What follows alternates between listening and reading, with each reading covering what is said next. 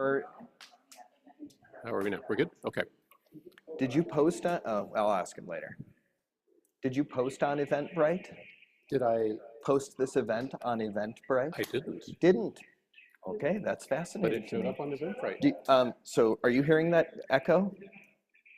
I think he's working on it. Okay. It's coming out of your microphone. Instagram, yes.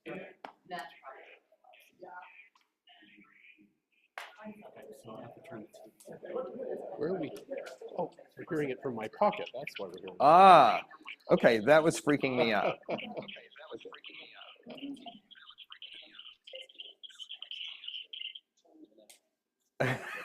Now we're good. Now we're good. All right. Our testing system caused a glitch. All that matters is that Bert, you ready to drop the screen and welcome our online folks?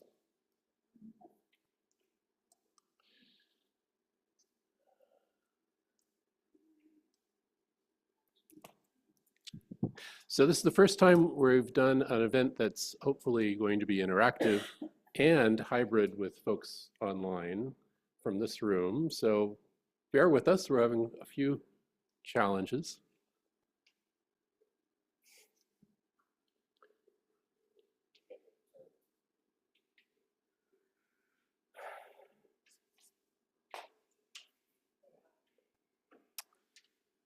So I guess Eventbrite like gobbles up other stuff that gets posted on Instagram or something, right? Oh, okay, I see. All right. I use do PDX to find things to do, and I wonder how they get there. And Eventbrite too, I'm just curious about it. Mm.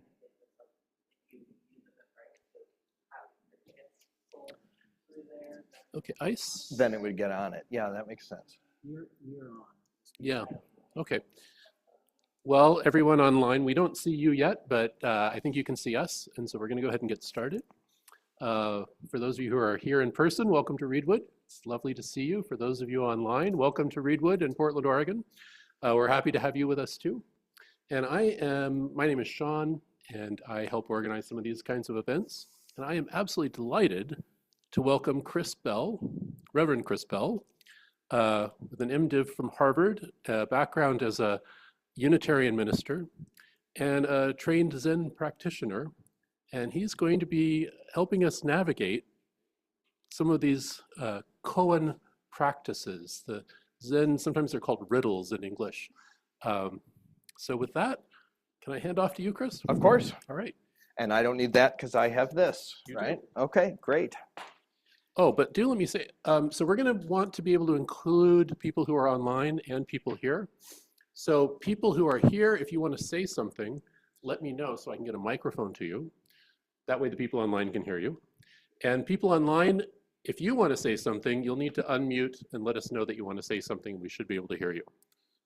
I'm looking at you over there, but you're actually here. All right. Who knows where? Okay, well, hi, welcome everybody. I'm so happy to see you here. I'm grateful for your interest in Zen koans and Jesus's parables and other weird forms of speech, which is what I originally titled this. I guess we'll call it a workshop when I gave it at Trinity Episcopal Cathedral, where I have a nice teaching relationship and where I met Sean, which is how I come to be before you. What I want to, so what do I want to tell you?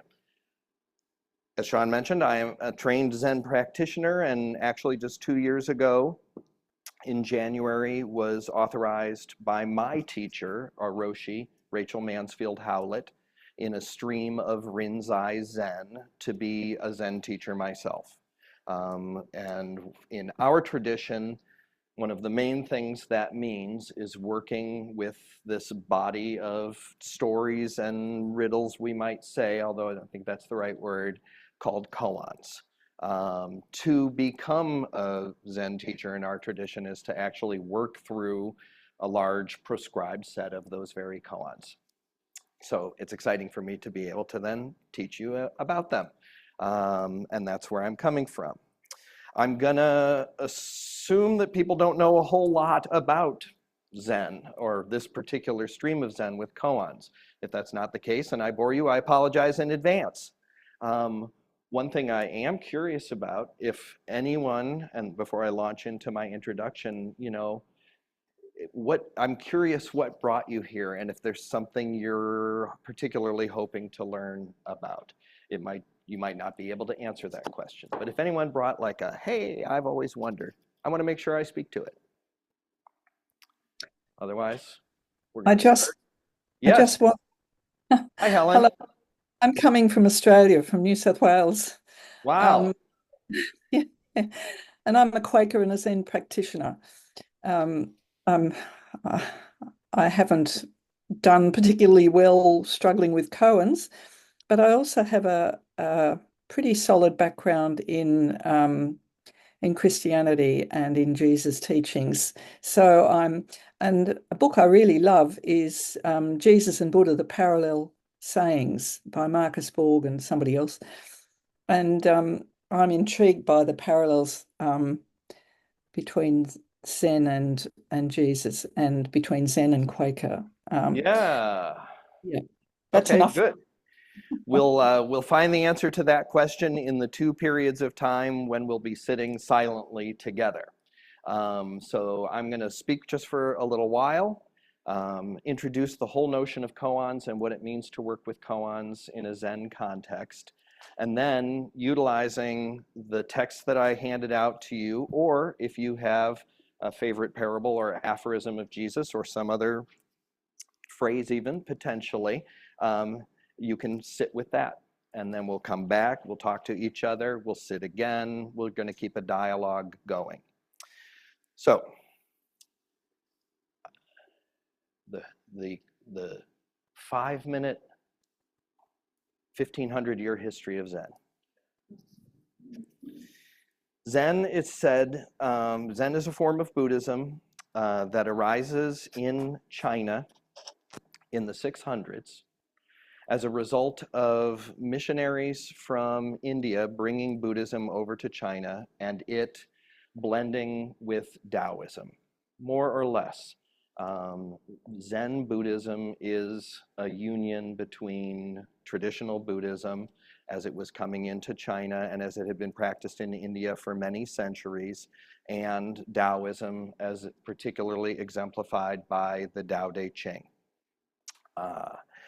One quality from the very beginning of the tradition that we call Zen is that, in contrast to many of the other schools of Buddhism that existed at that time, particularly that were coming into China, which were centered often on particular sutras, long texts, elaborate liturgical practices, various deities that might be worshipped in one way or another, grand cosmologies of multiple lives and long journeys to become enlightened. From the beginning, Zen said, you don't need any of that stuff. One of the most famous brief descriptions of Zen that comes from Bodhidharma, who is purported to be the first ancestor of Zen in China. When they asked him what it was, he said, a special transmission outside the scriptures. No dependency on words and letters, pointing directly to the human mind, seeing into one's nature and attaining Buddhahood. So you don't have to wait a million years. You don't have to accumulate all kinds of good merit in order to end up in a fortuitous layer of heaven whereby you might get the teachings and be enlightened there. If you pursue the practice of meditation, you can have full awakening synonymous with that of the Buddha in this very lifetime. And so sometimes in Zen literature, you'll read about debates between the sudden enlightenment folks and the gradual enlightenment folks. And Zen basically is full on sudden enlightenment. You can have it right now. the Buddhahood, enlightenment, awakening, whatever it may be. And Zen itself is a word that comes from the Chinese Chan, from the Sanskrit before that, dhyana, and it simply means meditation. It was the school that lifted up direct experience through meditation practice most of all.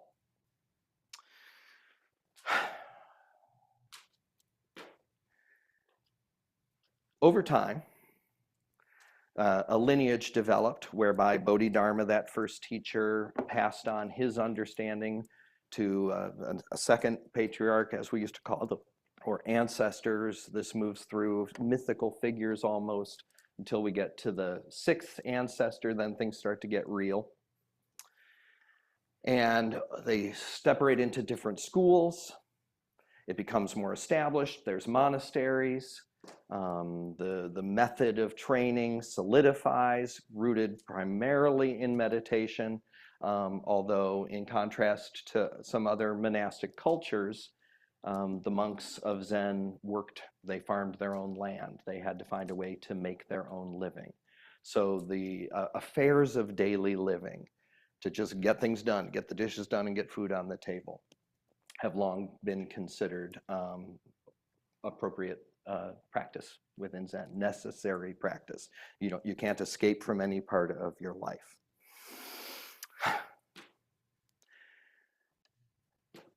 Over time,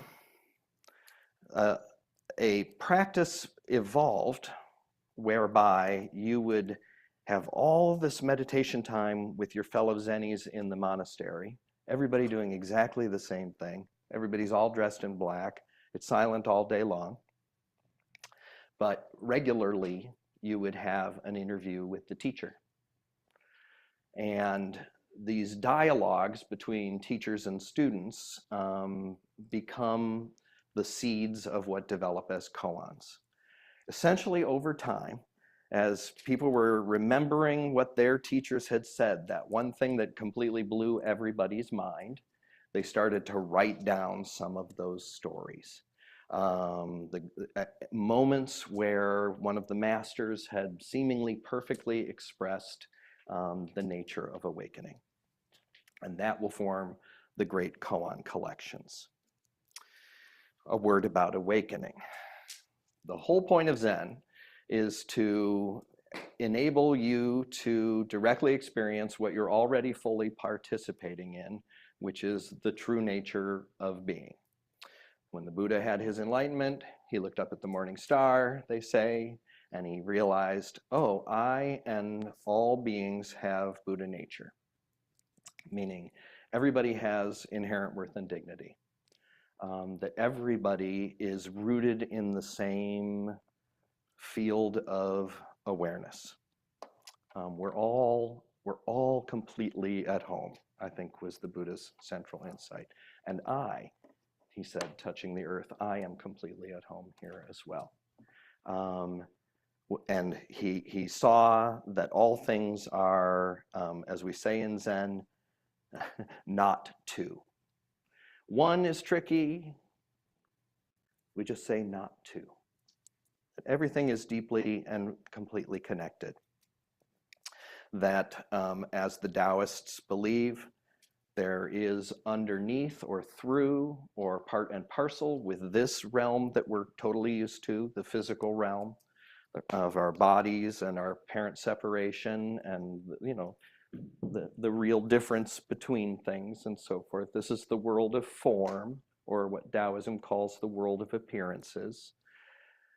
That is the manifestation of an underlying formlessness or boundlessness or openness, a field of awareness.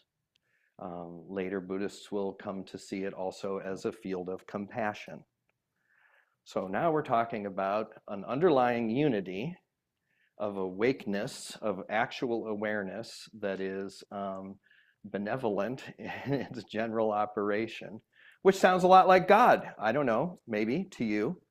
It is not personalized, but it is understood to be an ungraspable essence. And the words for that element of existence are luminous, radiant, just like the sky, with everything in the sky, like clouds that come and pass and go.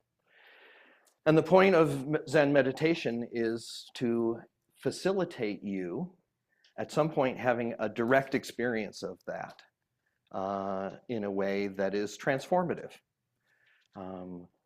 The Buddhist equivalent of some kind of a conversion experience where everything is laid bare. And this is a known phenomena. It's sort of the whole point of Zen practice. It's called Kensho. Another word is Satori. It is possible, I can personally attest, by sitting still long enough, long enough, really long enough, and devoting oneself to various practices, Zen not being the only one that works, it is possible to directly be aware of that field of existence. And for most people who have that, when, as they say, self and other fall away and just the bare reality, the unity of things is revealed, that's a life-changing experience. You can't go back from it. You don't hang on to it very long because you got to go for work the next day, or and then all your karma and your whole real life comes crashing in and so forth. These ecstatic experiences apparently don't last, forever, but their impact lasts forever. In Buddhism, the thing so particularly from the Zen perspective, which is radical non-dualism, completely unifying the whole field of experience and all of existence. That means we're already in it.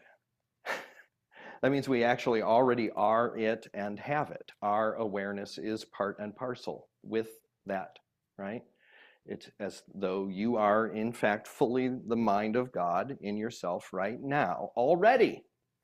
But almost nobody feels that way.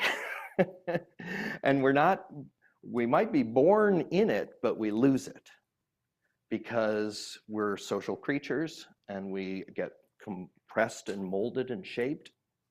And you inherit your body, and you inherit your language, you inherit your culture, you inherit all your stories, you inherit your family history, you inherit everything that your parents and forebears ever told about you and what was important and all of that stuff. So from a very early age, we compile a kind of set of delusions, essentially, that the self is separate from the goodness and fullness of reality is the primary one, and that's the source of suffering in Buddhism. A lot of the times it's described as that. Treating your own little self as a permanent thing, not being open to its ungraspability, and acting out of small and selfish purposes. And we can see all around us in this world we live in the impact of acting out of small and selfish purposes. But it's nobody's fault. This is how human beings are raised. How can it be then? So we are in that almost kind of prison, even though the essence of us that's experiencing any of that is this limitless ground, the formless layer. So one of the Zen analyses of the world is that almost all of that structure that keeps us trapped in our smallness is based in words. It's based in words and ideas. So that particular note, that emphasis on a special transmission outside scriptures and outside words and letters is an essential part of understanding what koans are supposed to do. Oh, this is a long preamble. Is everybody with me so far? Okay, any questions or we're good? Okay. Huh? Okay, let me check the time and take a drink of water. Holy guacamole.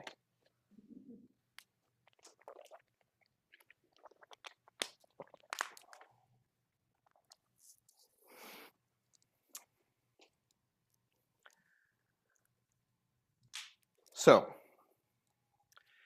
if a great deal of our suffering and our inability to experience our true nature is rooted in opinions, stories, ideas, abstractions about the world, as opposed to the plain reality right now of the world, then one way to get there is to just completely rattle the cage of words and letters. So Zen is kind of funny because we say no words and letters, no special dependence on the sutras. We're not gonna use words, and yet there's collection after collection of words, the koans themselves, and then all this commentary on them and poems on them and so forth. There are so many intro to Zen books, it's ridiculous. No one has ever apparently been able to give up that temptation. But the beauty of the koan collections and of koans as tools is they are very conscious of using words as playful tools. They are meant to engage you in a way where you can't really use your thinking mind to figure out what's going on. And the way they're practiced with is you're given a koan by your teacher. There are traditional ones that are often given first. Hi there. Hello. Come on in. Don't worry about a name tag. We'll catch you later. Yeah, have a seat. Yeah, they are. I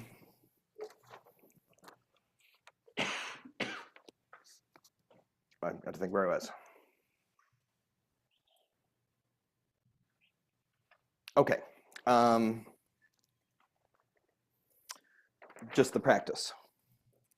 So from the various collections, somebody, you can start at one place or another, but traditionally the first collection that's engaged with is the Gateless Gate, which was compiled in 1228, that long ago in China.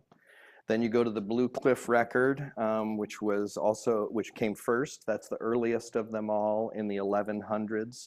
And the Book of Serenity, also in the 1200s. And then to complete the curriculum, this Japanese collection, which tells stories of all the ancestors that came along in the 1300s. So it's a really remarkable old tradition.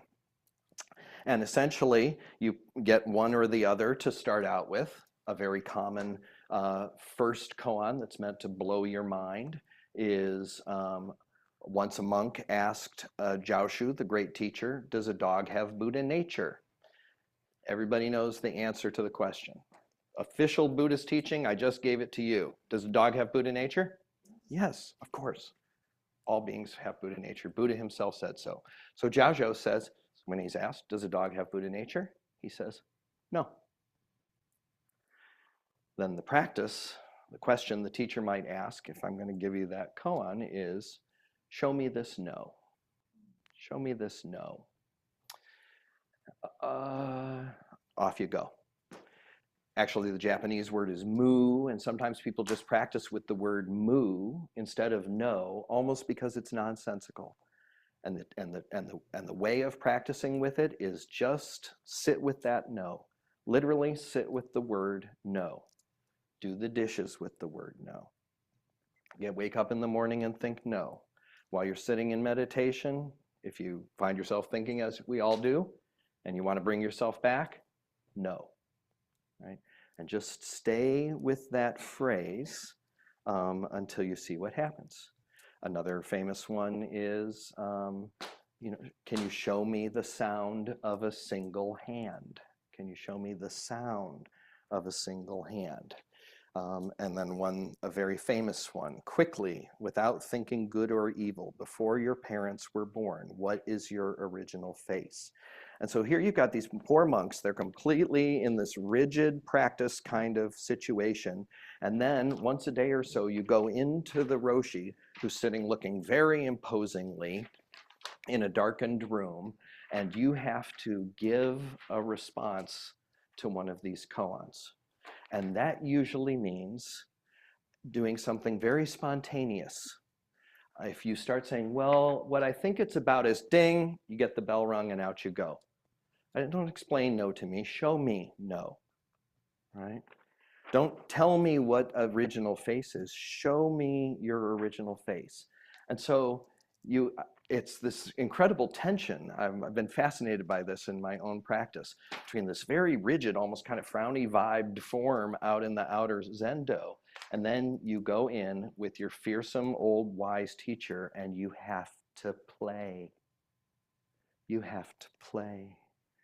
The responses to many of the koans are pantomimes or unexpected sounds or a weird, playful response.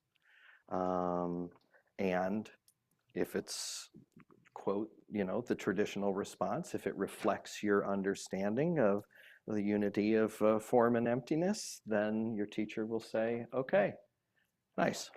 You have a good laugh about it or something, ring the bell, give you your next koan, off you go. So they function as a tool in the midst of practice itself, but you can also carry them around with you throughout the day. And in that regard in particular, the way of using it, not exactly as a mantra, which the meaning of which is almost not important in kind of traditional use, but it's a little more substantive to that, a little more lectio divino, if you know what that kind of is, to just actually lift up a phrase that you're going to carry around in front of you all day long. And that would be what working with a koan might be like. Okay, so I just wanted to take a quick look at these koans on the sheet, and then we're going to have a little practice with one of them. Any questions so far? Boy, I went all over the map there. Okay.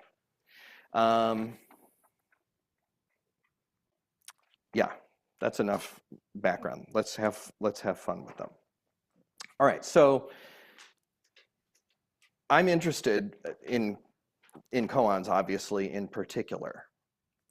And that led me to then wonder, do any of the sayings or parables of Jesus potentially function in the same way? Every koan alleges to be a little instant in a storytelling where the truth was revealed. A monk asked Matsu, "What is Buddha?" And Matsu said, "This very mind is Buddha." Oh, that's wonderful teaching, So, show me that might be what the teacher would say. But here, just to make sure you know who you're dealing with, look at the next one. Later, just 3 cases later, in the gateless gate, some other monk asked the very same guy the very same question. What is Buddha? First he said, "This very mind is Buddha." Next time a monk asked Matsu, "What is Buddha?" He said, "Not mind, not Buddha." Okay, you got to kind of make sense with that. And you would carry that throughout the day. You would just carry not mind, not Buddha. Not mind, not Buddha. So what I want you to do is, oh, I'm sorry, I want to finish my point. And so might parables be the same? I don't think that they were created with the same goal, is the thing. In the end, the more I thought about it, I'm just not really sure that koans and parables are actually the same thing. There's because most of them are a description of what the kingdom will be like, what a reorganized human society might look like, or they are descriptions of, in this case, say the prodigal son, or the landowner who pays everybody the same amount no matter how long they worked. They're more allegorical descriptions of what the world would look like if God's love was ruling.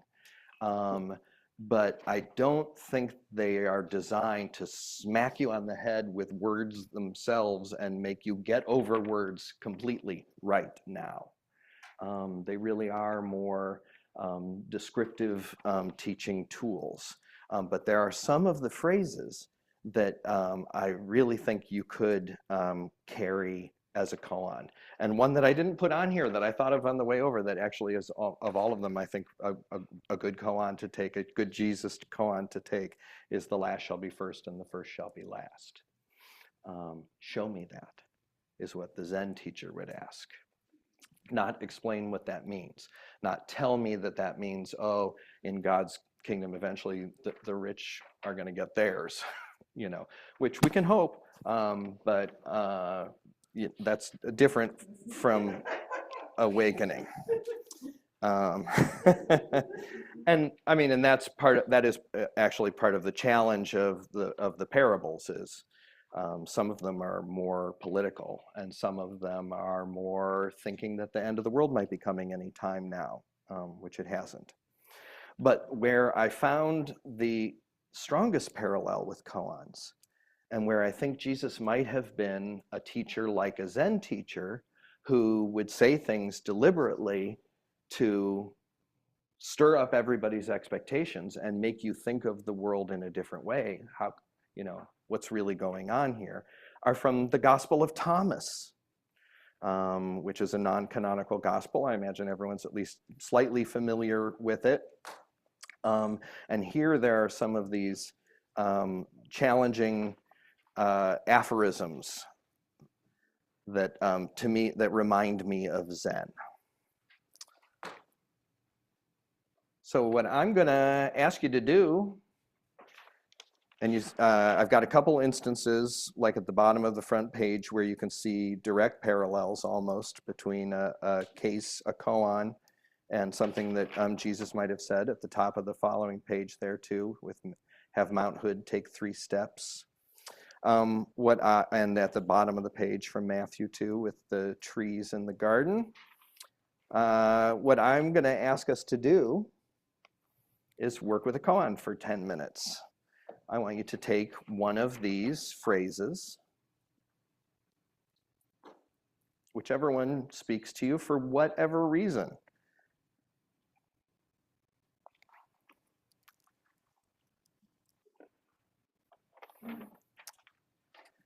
And we're going to just sit quietly together for 10 minutes and do, if you have a form of meditation you normally practice, this one is simply staying still, being rooted as you're able in the breath,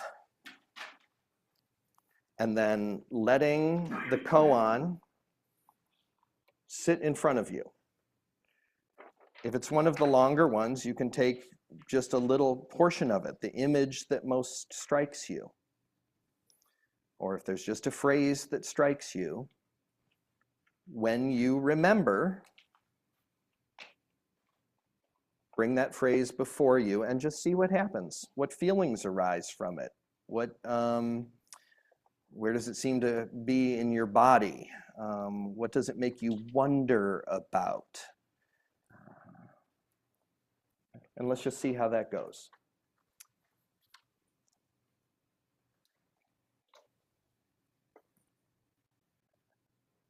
So when you've chosen a koan to work with, just set that down on your lap and make your back straight and your body still, and I'll bring us back in just under 10 minutes.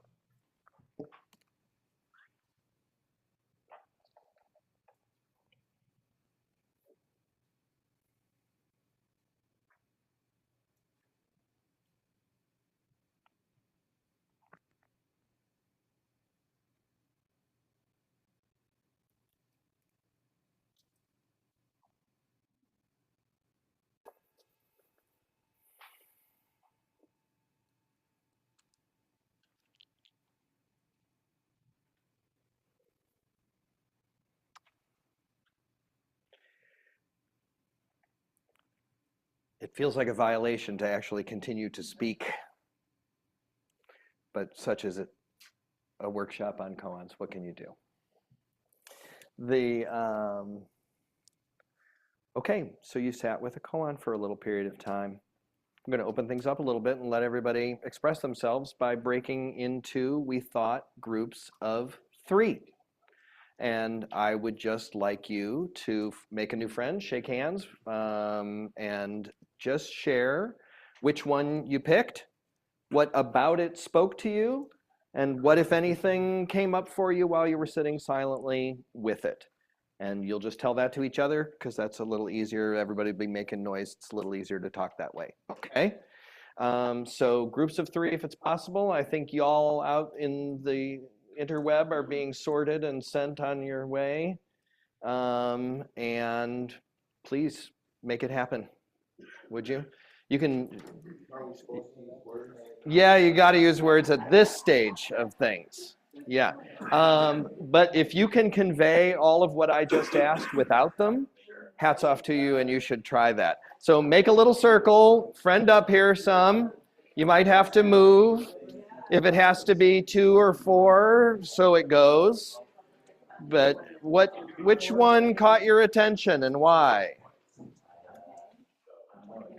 Hey, sir, can I slide you over here for these folks? Wonderful. And there's a twosome, and here's 3 folks. Good. Which one? All right. All right. Are they getting sent to breakout rooms? Yes, they are. Maybe. We're trying. I just sent a message, stand by.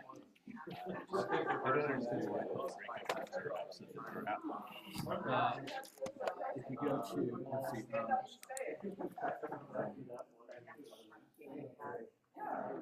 none of them were fully satisfying, but each of them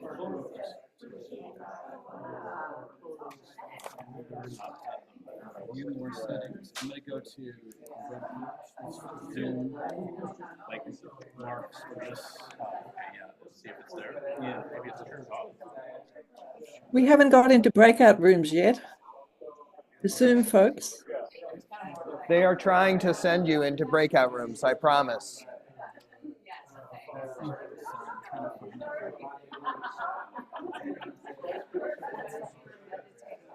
Who's the host? This is the host right here. Okay. Where's the meeting itself? This right here. Like with the actual screen that has all the little buttons and yeah, that. Where's that? Check that he's a co-host, so I think he probably will pull this up.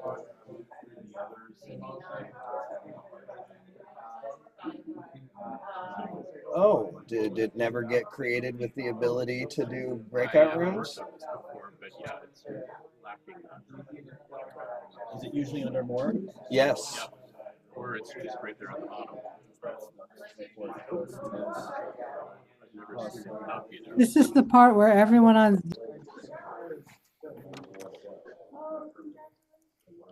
All right. It delights me when people keep talking after you try and bring them back, because that means a good conversation is being had. And who's the last one? The minister, of course. The preacher in the corner. I'm just teasing. Okay, thanks for that. And would just love to hear if anything interesting was revealed or questions came out of that. What did you learn or experience if there was anything noteworthy? I believe you said something about comparing the Jesus ones and the and the Zen ones didn't make any sense, which I took to be such good news. That's exactly All right. So I'm putting you on the spot. Yeah, no, well, I'm happy to be on the spot. Yeah, I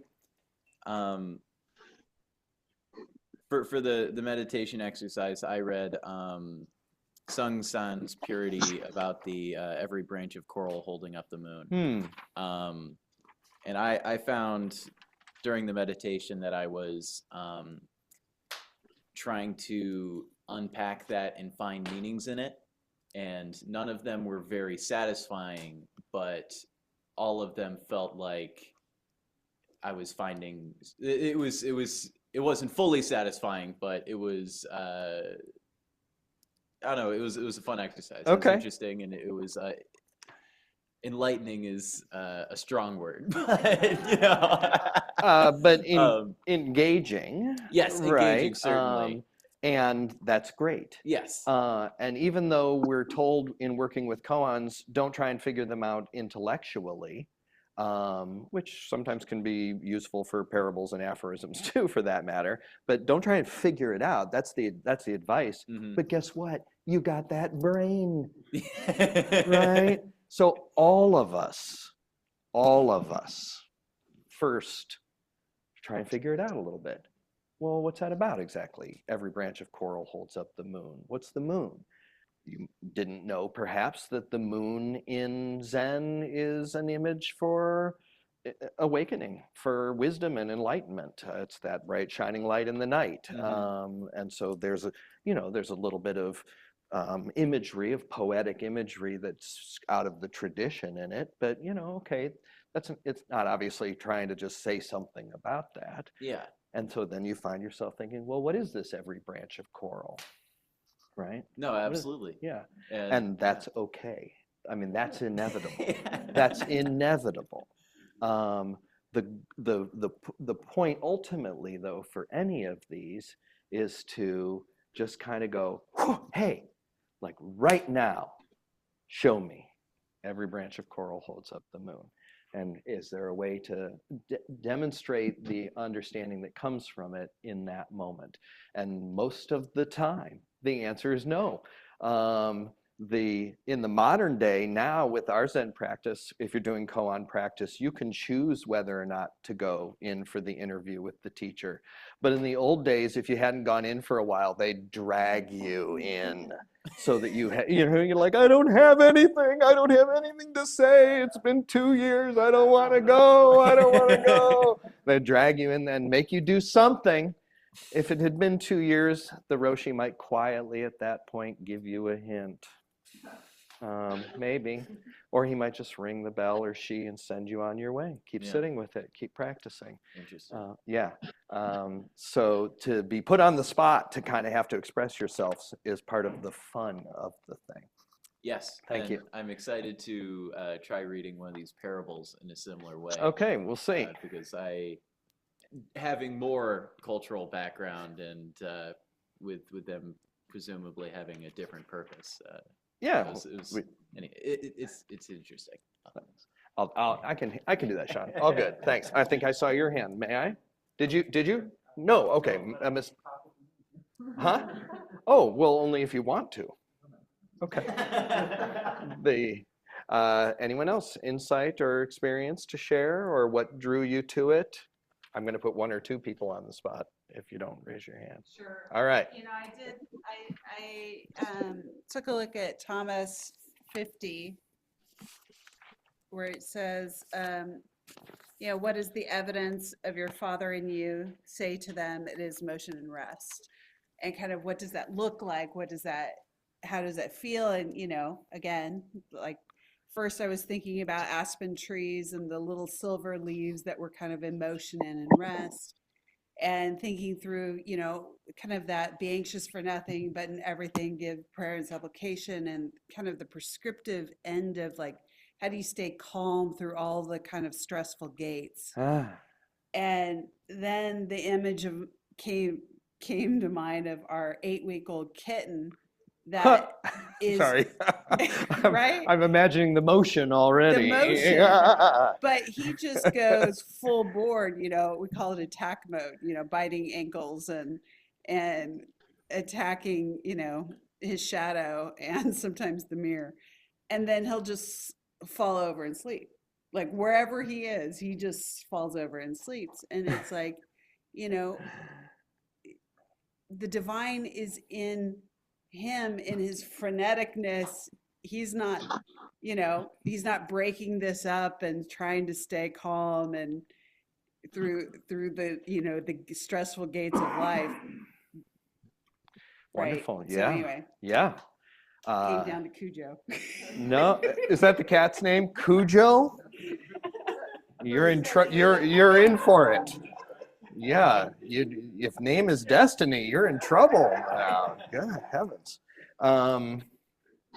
Thank you for that. That's all wonderful. Isn't that phrase particularly striking? Like of almost all of them, that one, that number 50 from Thomas, it is motion and rest. So unlike almost any other phrase that's put on Jesus's lips, to my memory. And it's delightful to hear these images that came up, right? These memories or these reflections on the fact of the cat, motion and rest, illustrating two core principles, that cat in answering this koan like it does every day. It is purely itself when it is whatever it is, right? Right now it's frantic. 5 seconds from now, it's sound asleep. No wondering which is better or what it ought to be doing or anything like that. Just sort of the pure expression. And then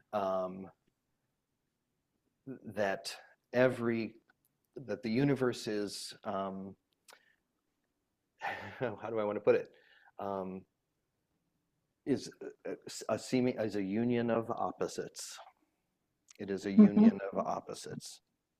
That there can be no motion without rest. Each state relies on the other to be known or experienced.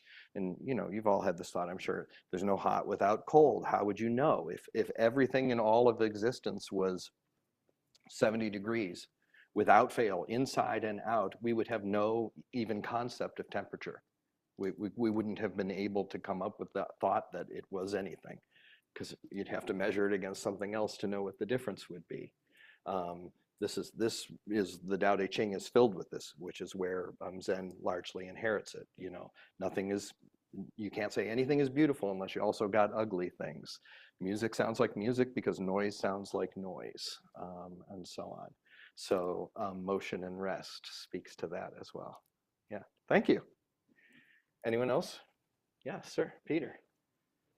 I did the from Matthew, the truly I tell you, unless you change and become like little children, you'll never enter the kingdom of heaven. And that's just like, I know there's stuff in the Tao Te Ching that kind of says a lot of the same thing, and just in general, that's something I always try to come back to. Of you can get so serious about like spirituality or religion, but that like childlikeness and like how Jesus said, like, let the little children come to me and have faith like children. And I think just sitting with that and even noticing like anytime I meditate where it's like this random anxiety comes up and this random thing comes up, and just like worries about my life and just like very adult like work and all that stuff. And then me being like, oh, I'm not doing this right, I need to go back. And just noticing all of those things that are very, when I was a child, I wasn't doing that, and just like trying to come back to like, here I am experiencing life, sitting with the reality that like, if the kingdom of heaven is here and now, like that's the way to access it, is through like being that kid. Yeah. Well, I love that. If it was a koan and I was your teacher, I'd say, can you show me your understanding of that? I'm asking you. I don't know. And that's how that goes. Okay. That's how that goes. Oh, it took me years of taking this whole project so seriously to realize that we're allowed to be free and playful in the Dokusan room in response to these, kind of gripping puzzles, some of which can tear you apart. No is a heavy duty thing. To carry no around all day long to every aspect of yourself, everything that you encounter, can be extremely disorienting. So they're not all, it's not all like fun and games. It's a very serious undertaking. And Zen is famous for like a very strict discipline to keep you focused on this sort of thing. But then improbably, ironically, incredibly, you know, I'll just give away the whole story. I hoped you would go like this. Right? Yeah, I mean, here's talk about taxes and grown-up responsibilities or something you become as a little child. And then when you realize, like, oh, that's what's being asked of me? Like, actually be free? Actually be like a little child right now? Oh, that feels like nectar, actually, doesn't it? Like, please return to childhood. Oh, I wish. Thank you. Okay, anybody else? Carol, Christmas Carol. Yeah, I chose the one right after that, number 77 from Thomas. Jesus said, I am the light that is over all things. I am all, from me all came forth, and to me all attained. Split a piece of wood, I am there. Lift up the stone, and you will find me there. And when I first thought about it, I thought, well, yes, I believe God's in everything. There's divines in everything, so that's pretty straightforward. But as I meditated upon it, I thought of a lot of other things that could be. And especially the split a piece of wood, and I am there. And I thought, well, the divine is in the tree when it's alive. Cut down the tree, divine is still in the log. Split the log, the divine is still in the log after it's split. So the divine is in everything, even an atom. I mean, you could keep splitting it all down until there's just a little atom left, and you could split the atom, and the divine is still there. And then the image that came to me was that whole saying, rock, scissors, stone. So the scissors cuts the paper, and the paper covers the rock, and the rock smashes the scissors. So nothing is above anything else. Nothing can defeat anything else. It just all goes around and around and around infinitely. So those were the thoughts that I had. I don't know exactly what it all means, but Oh, I think you do. That's wonderful. Thank you. And to take it to what's that game? Rochambeau is wonderful. Rochambeau, yeah, which is the Japanese, I think, for rock, paper, scissors. Too bad the canon is closed and we can't add paper or something to that and make it a full official thing. That's lovely. And surely what he was getting at. it sounded like something Jesus would say to me. It sounded very Yes. And I mean, one of our most commonly chanted Zen texts says almost exactly the same thing. Everywhere I look in the universe, things have the mysterious light of the Tathagata. In every place and at every time, things can't help but shine with this light. Every time and every place, things can't help but shine with this light. So that's one way that Buddhism can be different. Although it recognizes helpful and harmful actions, and although it has a firm moral structure, a set of precepts that every practitioner is encouraged to adopt of sort of righteous, appropriate behavior, most of which are familiar to people from the Ten Commandments and others, all the classics of not lying and stealing and misusing sexuality and that sort of thing. Behaving as a good person.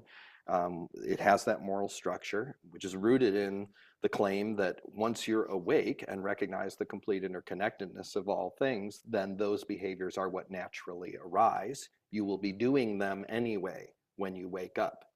You can't, once you realize we're the same thing, literally, killing you is killing me, so I'm not going to do that anymore.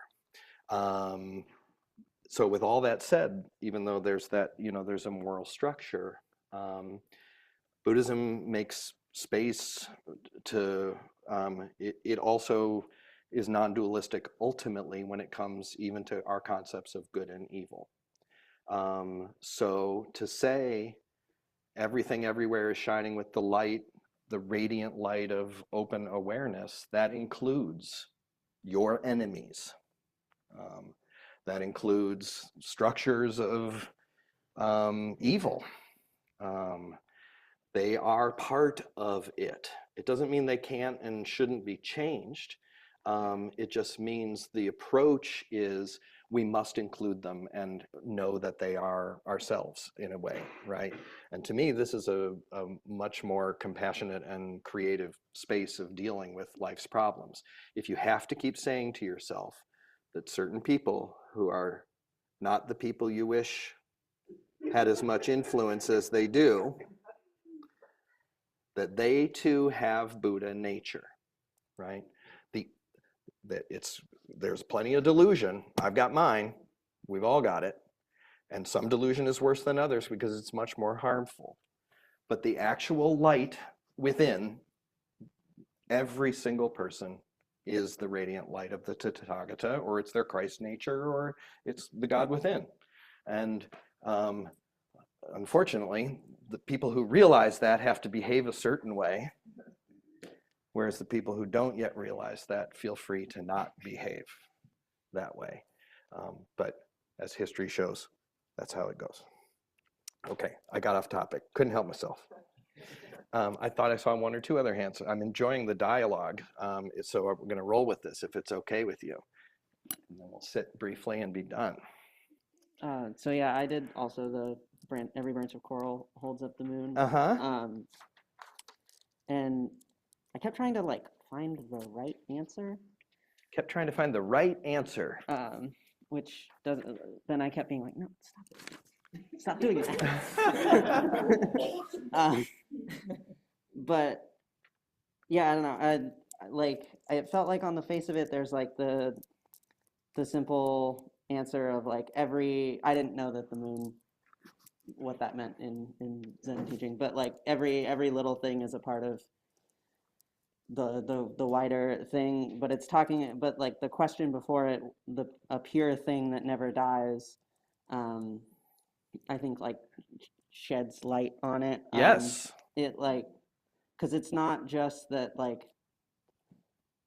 every little thing is that piece that helps hold it all together, but it's every little thing doesn't die. Each individual thing dies, but there's always more coral, ideally, to come back and continue to make the structure. There's always more pieces that are growing while the other ones are dying, and so it's not no part of it. Every part of it dies, but the thing doesn't. Amen. That is a true statement. Yeah, I think. That's certainly my experience, right? And that's how wonderful, just 10 little minutes with that koan. And it is, I'm glad you mentioned the first line, because at first glance, it's almost like nonsense. What's the one pure clean thing that never dies? And he doesn't say, oh, you're Buddha nature. No, he says, no, he says, every branch of coral holds up the moon. And that's a satisfying answer because it's getting at what you're thinking about. So, the encouragement would be, that's wonderful. Yeah, you're on the right track.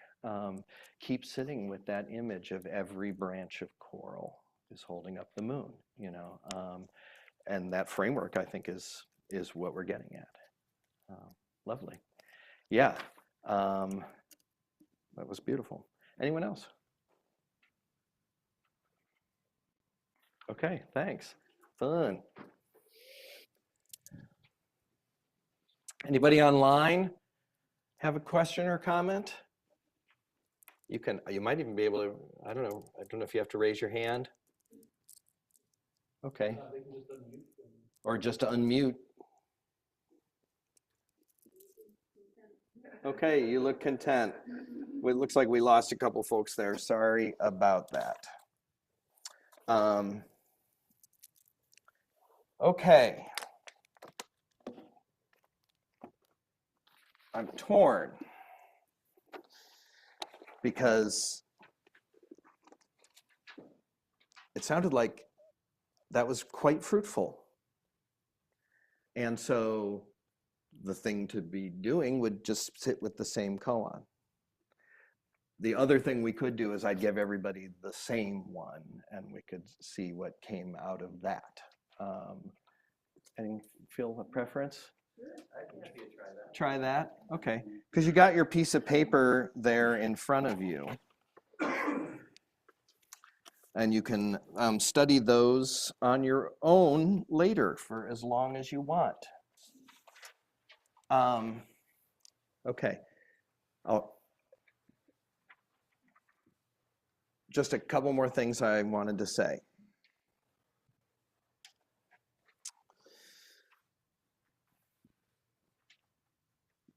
What's, it's ironic, again, and unexpected that for a bunch of little existential puzzles, or whatever we want to call them, koan literally means case. It just means an instant of something happening. So a koan is a case of somebody saying something that jarred people into awakening. I lost track.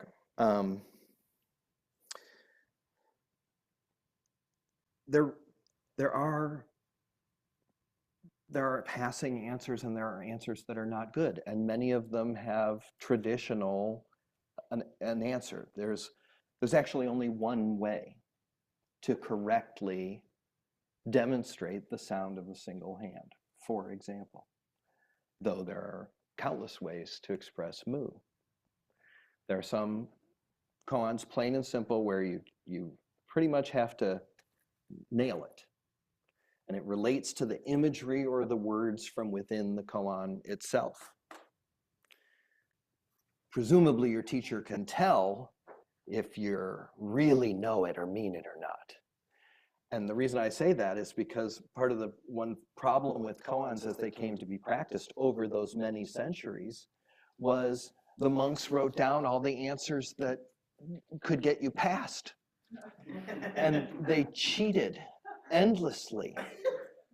So then the question comes up, right?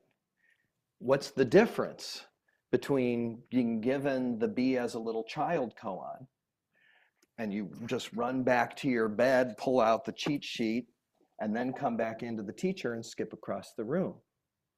Or being forced to sit until you figure that out, until all of a sudden it dawns on you. Be as a little child. Duh, it's right there. It's telling me exactly what to do.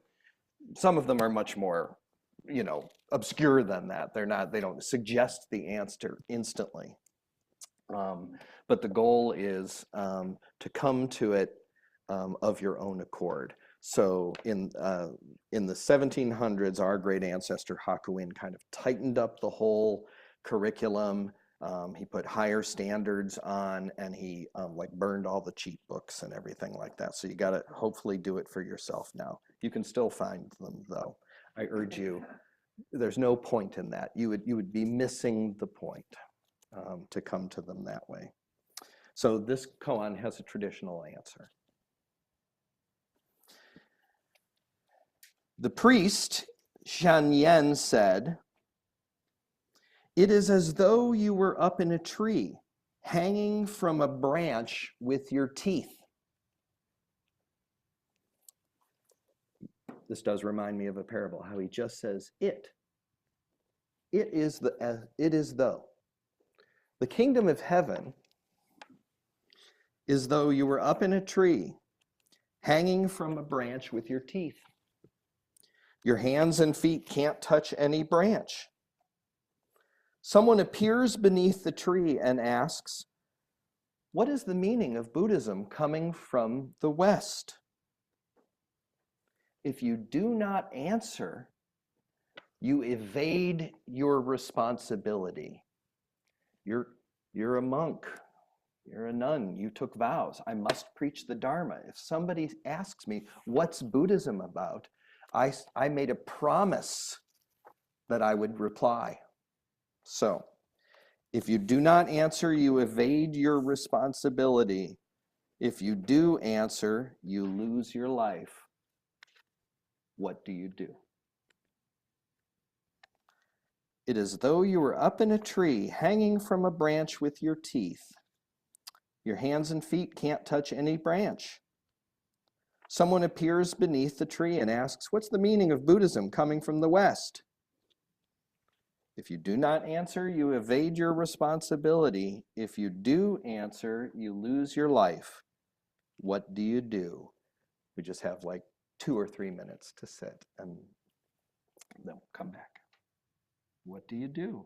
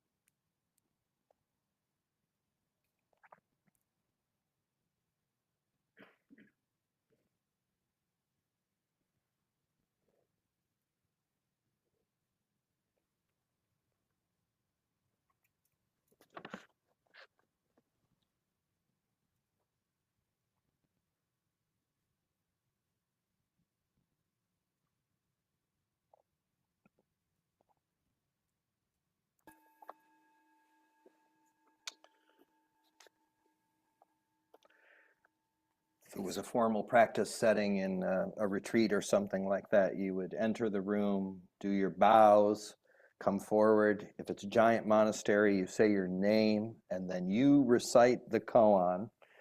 The priest, Zhan Yen, said, it is as though you were up in a tree, hanging from a branch with your teeth. Your hands and feet can't touch any branch.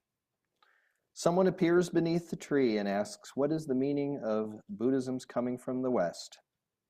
If you do not answer, you evade your responsibility. If you do answer, you lose your life. What do you do? So, what do you do?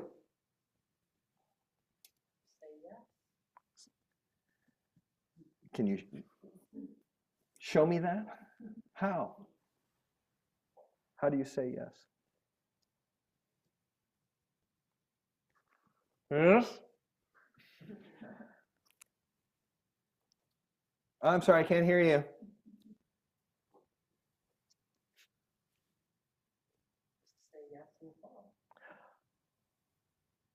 I wonder what that would look like.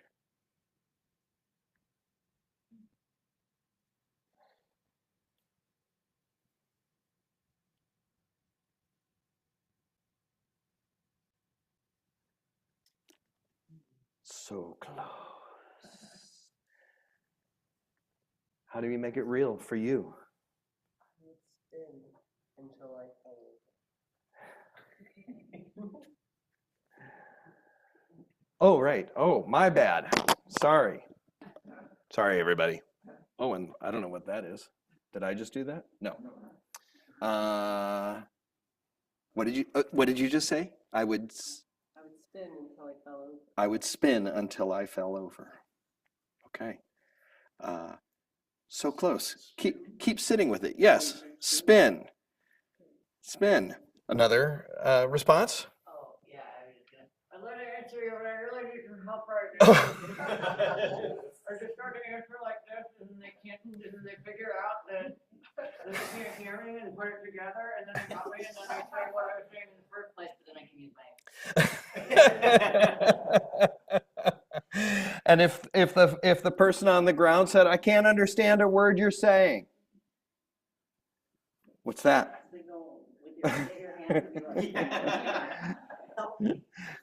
Yes. I can answer you and many other people. You're very close. Very close. The two, yes, go ahead. So I feel like I've got maybe 36 seconds left in my life because I'm hanging on with my teeth. And so I might as well make good use of the end of this line. And I would let go and yell, yippee! Splat. Originally, I was thinking that if I were a monk, then I would fall and die, and if I weren't, then maybe I would stay enlightened, but not be a monk and not have this responsibility. Ding. But what Hazel was just saying made me think maybe I should gesture them up to join me in hanging off of the branch with my teeth. Maybe. Metaphorically. I'm not sure how that would be an act of compassion since you find yourself in such an awkward position already. I guess misery loves company, and maybe that would be the answer to it. So close. In fact, if you were in the room with me, Doug, all I would say is, so you said, I would say yippee, right? I'd say, show me that. Because the answer is something like, catch me, you fool! Or, yippee! Splat. And you actually get up and plunge to the ground. And if it seems ridiculous to ask that of you, it's because it's a tool to repeatedly reinforce this is about you, your actual self in your actual body. Make the wisdom of this koan your own, like as you play with it, like it's yours. Don't half-ass it. If you're, the answer is never, I would bark like a dog. The answer is, the response, I won't say answer, the response is, woof! So, on that note, anyone else have anything to say? I'm conscious of our time, which we've reached. Yeah. I kind of had a different answer for that last one. It was, if you're hanging by a branch by your teeth, and then they ask you to teach them Buddhism, is that what it was? Essentially. Then I was wondering if you'd be able to just motion to your heart with your hands, because there's no words you can say that can really teach Buddhism, but this at least points to compassion. And that would just be the motion, I guess, I would be doing and still hanging by my teeth and hoping some transmission gets through my motion and not my words. Right. That was my first thought, and then I was like, that might not be the thing, but I think if it was offered like this, you recite the koan, here's my koan, and I say, okay. If you just went like that, I might be like, okay, let's talk about that. Because you made it like real. Mm-hmm. That's the difference. So lovely. Thank you. Yeah. Okay, I guess we're done. Is there anything to say or do are there announcements of future programs and all that kind of thing? Okay, any final questions? I don't even, an hour and a half, but I hope you got a little taste of it. My real goal was to whet your appetite and show that for a bunch of stuff that got written in the 1200s in China, there's a lot of richness there and strangely a lot of humor. And I urge you to explore them. And I'll stick around for a little while if anyone wants to talk about that. And here's Sean again. And thank you very much for having me. Thank you so much, Chris. For those of you online, at the bottom of your screen, you'll see a little spot where it says chat. If you could go to that chat box and just type in where you found out about this event, that would be super helpful to me. There are a number of you here in the room that I haven't seen before, and so I fear that I may not see again before I have a chance to talk with you, and too many of you for me to talk to on my own. So Mark, would you stand up? If you're in this half of the room, and if you could just take a moment to let Mark know how you learned about this event and a comment about how you felt about it, that would be very helpful feedback for us. And I will be on this side, so if you have a moment to stop and say hi to me and just mention how you found out about it, that would be great. Thank you so much for coming. Okay. Thank you, Chris. My pleasure, truly. Thanks, everybody. If you want to look at other koans, they're all up here. And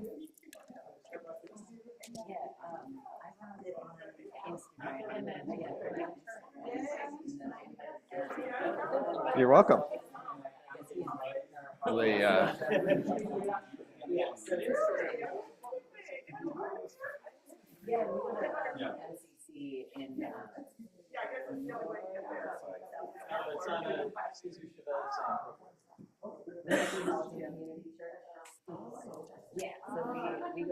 Which one is that? Oh, Book of Equanimity, yeah. Sometimes called the Book of Serenity.